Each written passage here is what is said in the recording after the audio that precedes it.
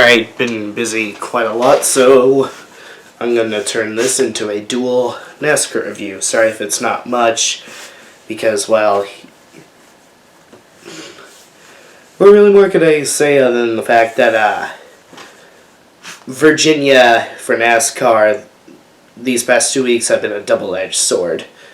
Richmond was pretty good when I went to it in person. First two stages were very underwhelming and very anticlimactic, but once the third stage came along, it really took off. It was basically one of those 0 to 100 races, but of course, that goes without saying.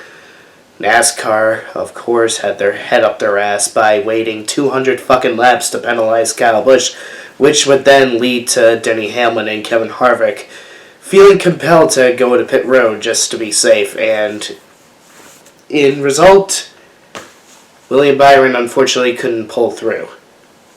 So therefore, my wait to see William Byron win in person will have to wait.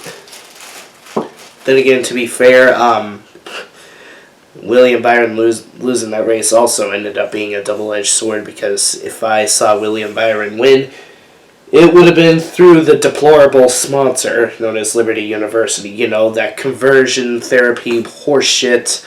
The dipshits that still think in 2022 that being gay is a choice, even though there's absolutely little to absolutely no scientific evidence of it whatsoever. Same ass clowns that think that chemtrails are real. Same idiots that think you could physically walk on water. Blah, blah, blah, blah, blah. I say blah, blah, blah is because we should not be perpetuating this horseshit in this still fresh decade. But I digress. The win will come soon for Byron in front of me in person. I just gotta keep waiting, I guess. Whatever it takes. Desperate times call for desperate measures. Ooh, boy. So, yeah.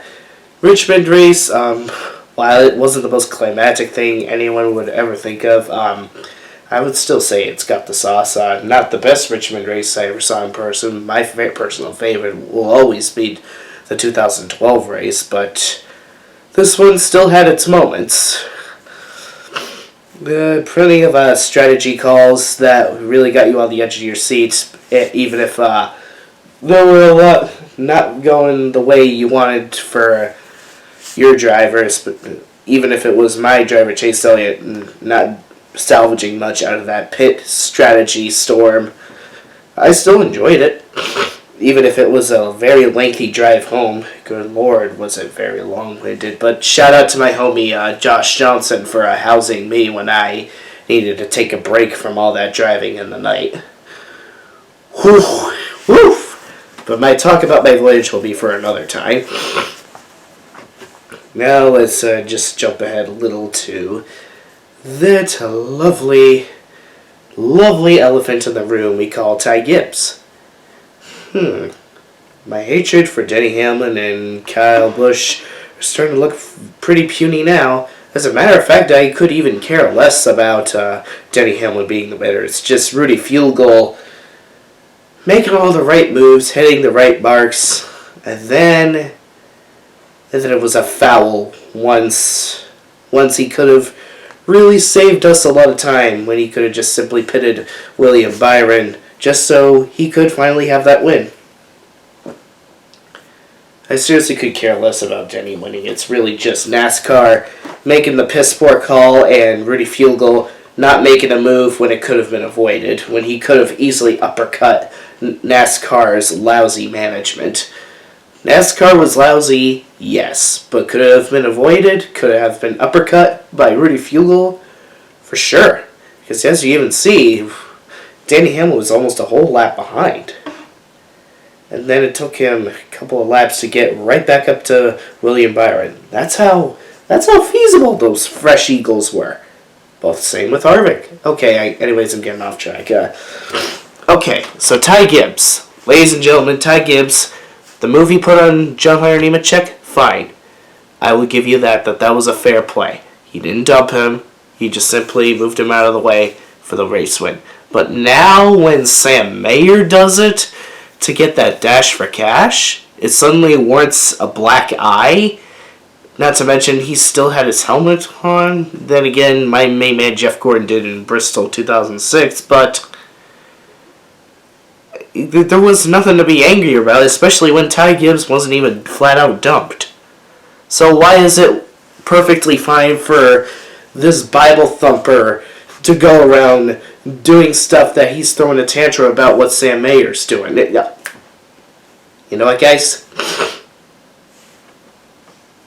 Pick a side. Completely put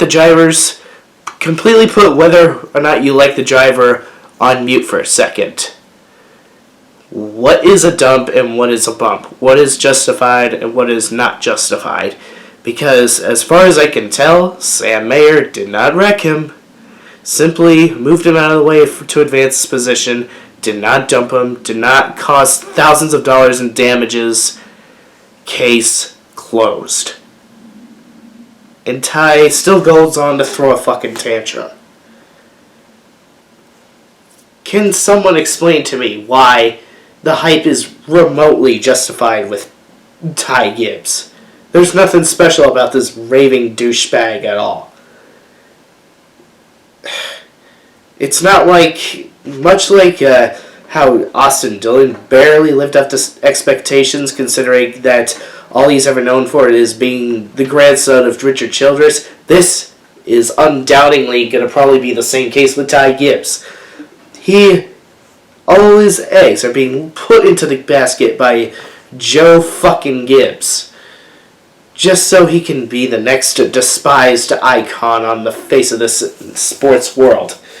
Just so Kyle Busch can finally hang up his freaking hat of shame, his hat of absolute deplorability by the NASCAR community. Ty Gibbs is really trying everything under his power, under his belt, under his gauntlet to completely eclipse all the deplorability that Kyle Busch is. And I can tell you, he's really working at it and really succeeding at it right now. So can someone please explain to me? Other than the fact that you are a common evangelical dumbass like he is, other than the fact that you suck off the Bible and skeet on its pages every chance you get, what exactly is so special about Ty Gibbs? There's nothing insightful, there's nothing wholesome about that scumbag at all.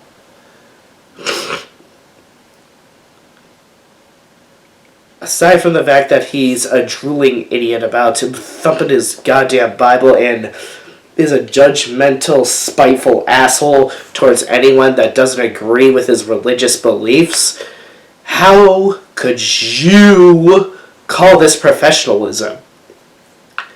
You rightfully make every excuse under the sun for him to ram people out of the way for the race win, even if it's his teammate, which is fair. But now you're sucking his dick for throwing a tantrum by giving Sam Mayer a black eye when Sam Mayer didn't even dump him?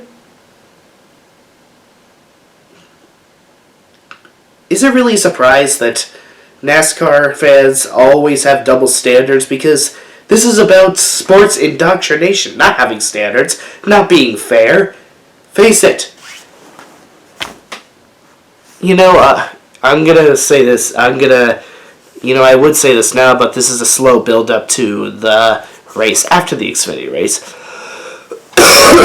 Alright, since I've been mentioning William Byron throughout this race review, I will start off by saying this. Hell yeah, William Byron, you got your 4th victory in the NASCAR Cup Series. Oh, and just for kicks, just to piss off all the Gibbs sycophants, now officially, all of the Hendrick Motorsports lineup in the 2020s has more race wins in the 2020s than Kyle Busch. Larson's at 11, Chase Elliott at 7, Bowman at 6, Byron at 4, Kryle currently sitting at 3. Man, does this enthrall me. Man, does that please me about you, Stat Patty. Here you are, sitting duck below the Hendrick gang. Kyle Caboose Bush. Because you are riding in the back behind all our Hendrick buttons. Riding behind the Hendrick gang. In stats, because your reign of terror is slowly depleting off the face of this sport. And it's not that I haven't said this so many times in every review, but every single race win, every single milestone is another step of you fading into obscurity. And unfortunately, that does pain me to say this, because Ty Gibbs is going to seize your throne of deplorability. And if you're going to say stuff like, "Oh my God, stop canceling Ty Gibbs for his religious beliefs," can you explain why I love William Byron then?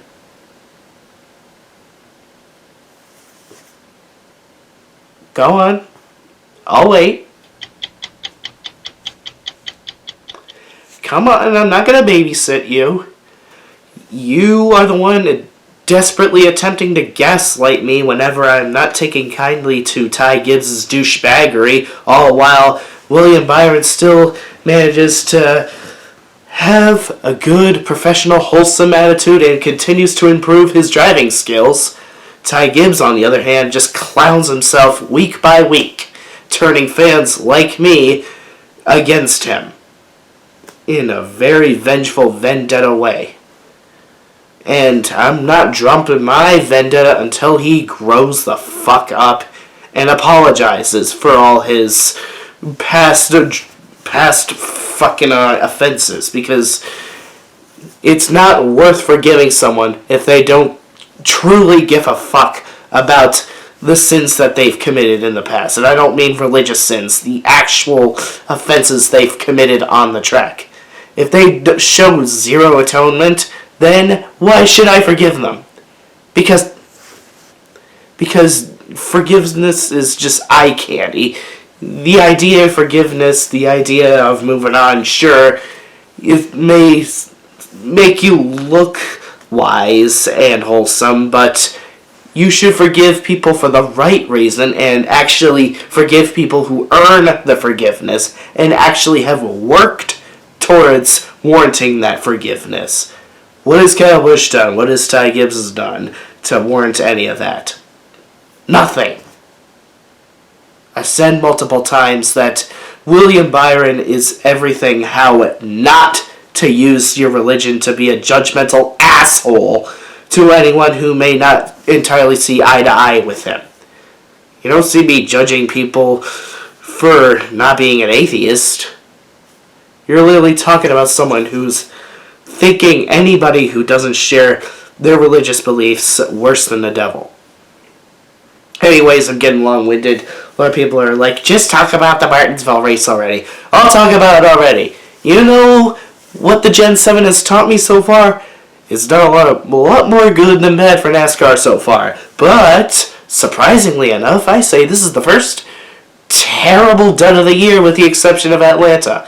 There was barely coming and going, barely action on the track, barely any bobbing and weaving, barely any interesting strategy pick calls. Nothing. Other than the fact that Chase Elliott once again had another potential race victory gone away from his grasp. And the fact that William Byron is no longer a one-hit wonder yearly. And the fact that Todd Gilliland brought out a late race caution, and that still didn't stop William Byron from winning that race at Martinsville, finally winning on a short track as opposed to any of the Florida, Georgia racetracks. This race was terrible. Almost on the same absolute atrocity that was both Martinsville races. And that really sucks for me to say that, because I was really looking forward to Gen 7 on the Martinsville races. And you know what we got?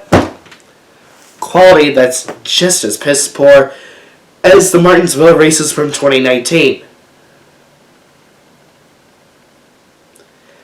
So this now officially confirms I was never being biased all this time about Jimmy Johnson's performance on track from 2019. Even when Hendrick Motorsports salvages a victory at Martinsville in 2022, I still say that this race was at the same atrocity level as those two races. You guys just love clinging to the Bulverism fallacy to feel justified in consuming whatever steaming pile of feces you get.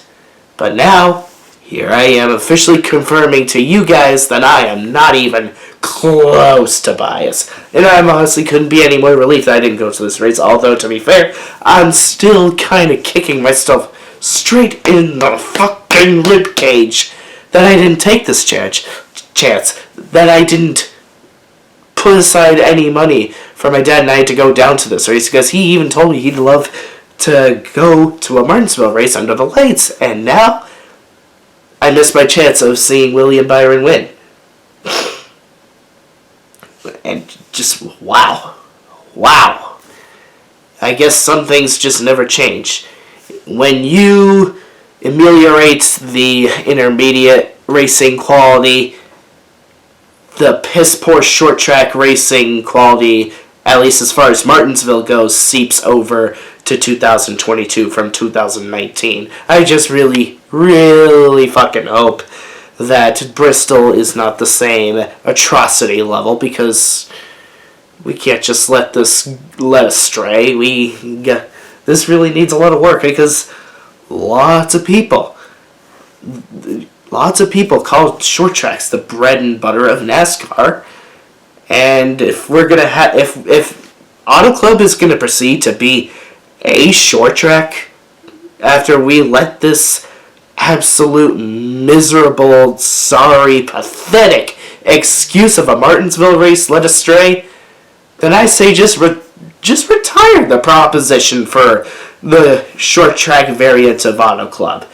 There's no need to convert the ginormous 2-mile track into a short track, only for us to get even worse racing than what's on the 2-mile track. Not that the 2-mile track has any bad racing at all with the Gen 7, or in basically any of the Gen 6 days. Yes, even in its worst years, except for 2019, that racing will fuck itself with a hot, rusty dagger.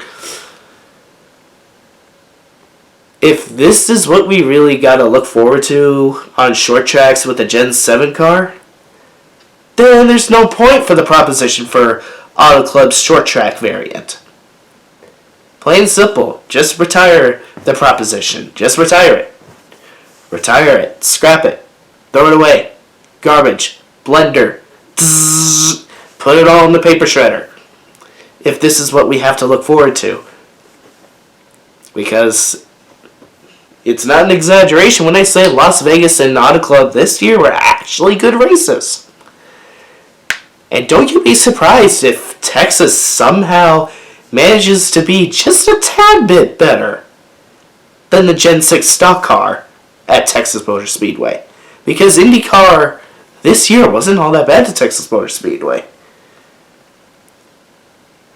But what is the Gen 7 going to say about it?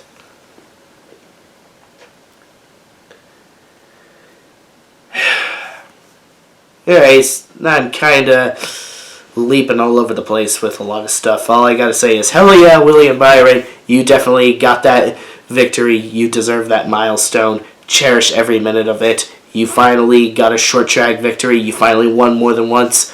Hopefully you keep up the momentum heading into Bristol and heading into Talladega, as I'm going to both those races.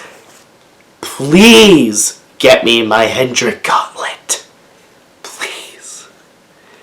Oh, and Long Beach was kind of a miserable race weekend for me, as Jimmy Johnson broke his wrist and wrecked 3 times that race weekend and pretty much finished himself off. And I actually thought it was cool that Kyle Kirkwood was actually running that race, which is the guy we saw winning the Indy Lights series at St. Petersburg. We, as in me and Alex Hoover, known as Blaze Life 334. And 4th place for Will Power.